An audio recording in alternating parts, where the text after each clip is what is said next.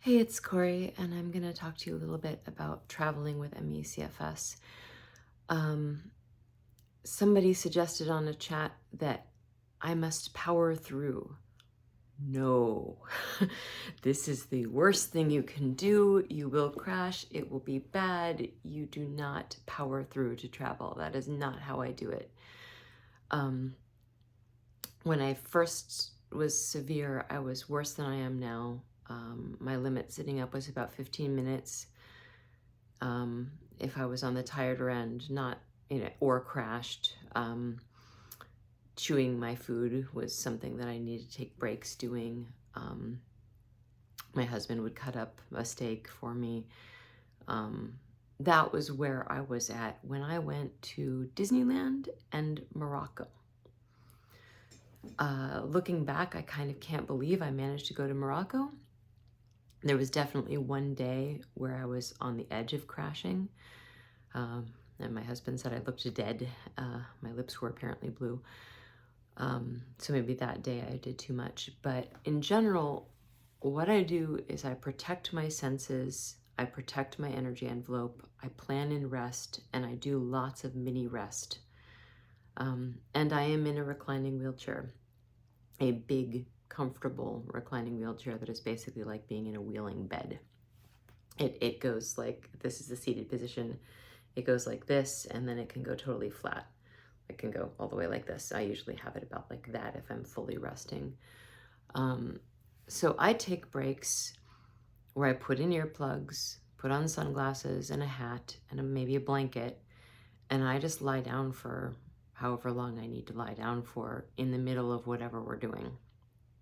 And my husband and daughter might hang out near me, or they might leave me alone, but I just hang out like that as long as I need to in between things. Also, on arrival, I plan a day where I just rest in the hotel. My husband and daughter go off and do their own thing, and I stay in the dark and quiet, even if I feel like I'm okay to go out. I might come out at the end of the day to have a meal, and then go right back to the bed. But that first day of complete rest and minimal tablet use, minimal phone use, to just try to give my senses a complete break.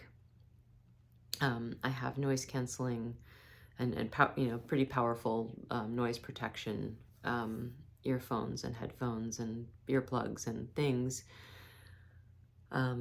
for when I'm in a car or the plane or train or anything where you're being rattled around a lot. My cushion in my wheelchair is a Roho. It really helps keep me comfortable in a vehicle that is moving. I always wear sunglasses if I am outside, and if it is at all sunny, I wear a hat as well. Sometimes I take pictures where I take off my hat, but I have my hat like I just took it off for a second. I always have that. So, and if I am feeling bad and I plan to go to a specific thing that day, I miss that thing.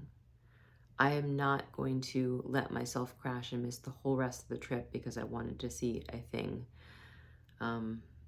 However much I wanted to see that thing, I just rest in the hotel, and that's what you do.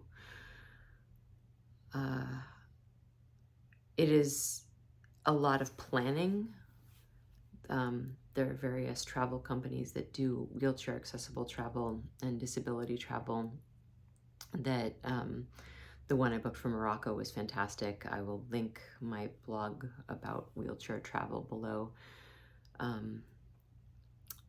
There are so many things you have to prepare ahead of time if you're traveling in a wheelchair, and the blog covers all that. But in terms of CFS, it is not about pushing through. It is about protecting your senses and padding your envelope and resting in micro rests and big chunks wherever you can. Good luck.